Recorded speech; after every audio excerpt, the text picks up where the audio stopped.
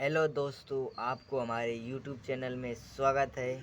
आज हम सिद्ध करने वाले हैं कि समांतर चतुर्भुज के सम्मुख कोण बराबर होते हैं। वीडियो शुरू करने से पहले अगर आप हमारे चैनल पर नए हैं तो चैनल को सब्सक्राइब कर लें और वीडियो अच्छा लगे तो वीडियो को लाइक ज़रूर करें। चलिए वीडियो शुरू करते हैं। तो सबसे पहले हम एक चतुर्भुज बनाएंगे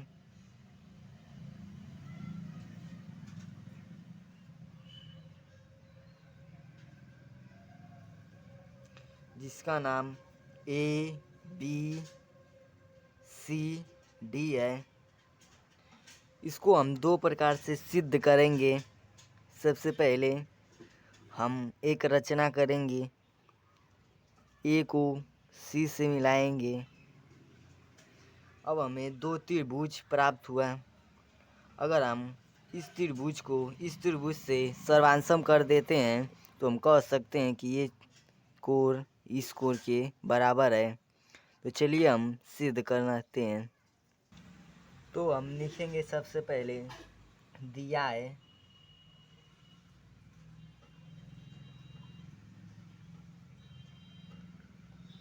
चतुर्भुज ABCD। हम लिखेंगे सिद्ध करना है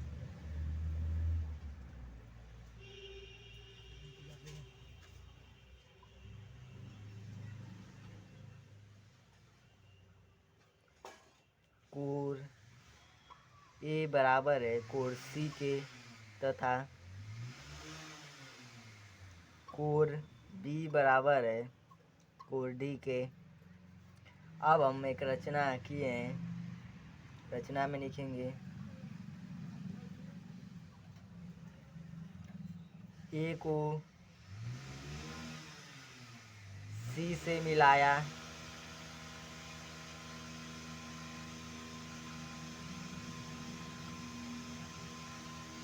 अब लिखेंगे उत्पत्ति में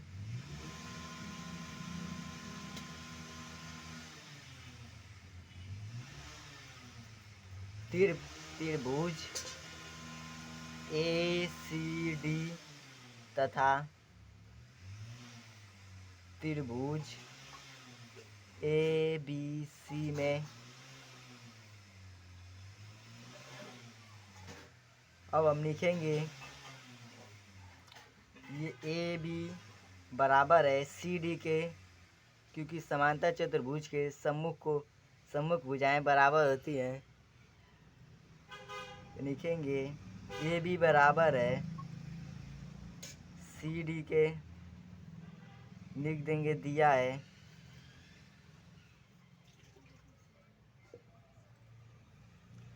दूसरा AD बराबर है BC के, ये भी समांतर चतुर्भुज की आमने सामने की भुजा है। ये भी लिख देंगे दिया है।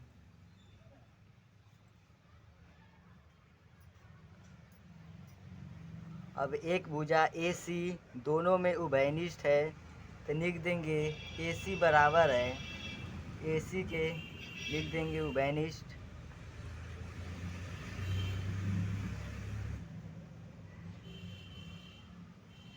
अब हम लिखेंगे यस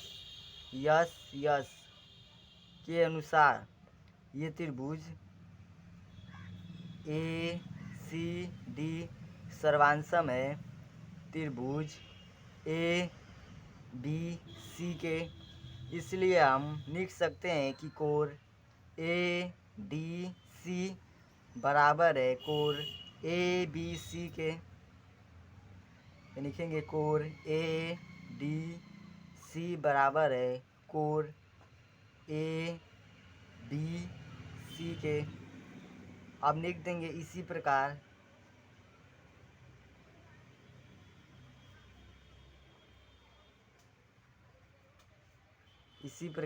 कोण A बराबर है कोण C के। अब हम दूसरे तरीके से सिद्ध करेंगे।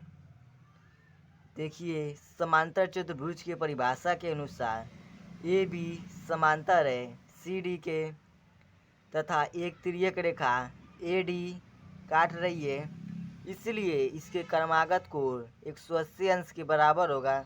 ये कोण और ये कोण मिलकर 180 अंश के बराबर होगा। तब लिखेंगे AB समानांतर है CD के तथा तिर्यक रेखा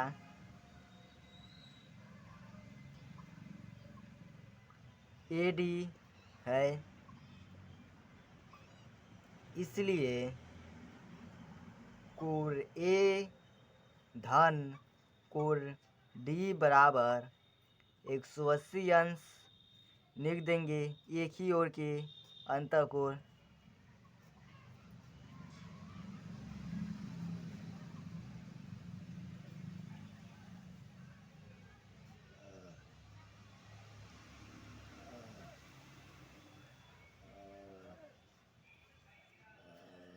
अब लिखेंगे, देखिए AD समांतर है BC के, ये भी समांतर चतुर्भुज के परिभाषा के अनुसार, इसलिए ये कोण और ये कोण मिलकर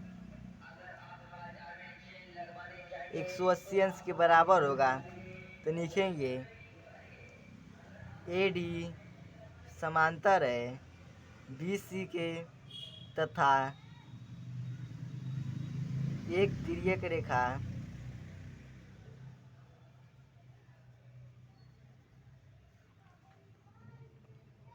CD है,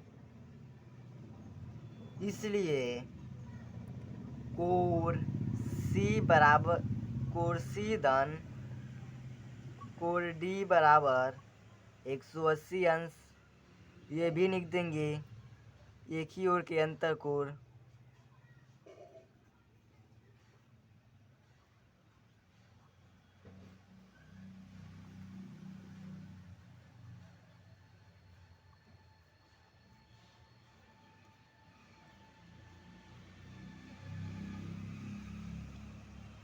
अब देखिए समीकरण 1, इसको समीकरण 2 मान लेते हैं।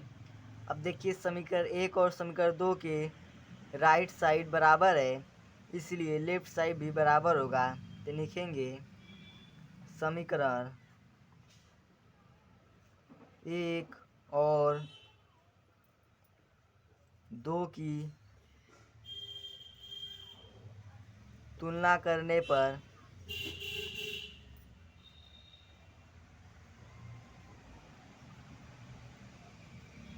तो लिखेंगे कोण A धन कोण D बराबर कोण C धन कोण D। अब देखिए, अब हम D को इस तरफ ले आएंगे तो ये प्लस में है, तो इधर आके माइनस हो जाएगा, तो ये दोनों कट जाएगा आपस में। अब बचेगा कोण A बराबर है कोण C के। तो देखिए हमें यही सिद्ध करना था, तो ये सिद्ध हो गया। अब हम लिख देंगे इसी प्रकार कोण B बराबर होगा कोण D के, लिख देंगे इसी प्रकार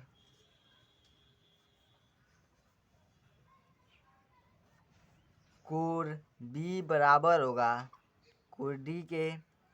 ये सिद्ध हो गया। दोस्तों अब जाते जाते एक सवाल आपसे हम पूछते हैं, कमेंट बॉक्स में ज़रूर उत्तर दीजिएगा। अगर ये कोण 50 अंश का है तो ये कोण का मान क्या होगा?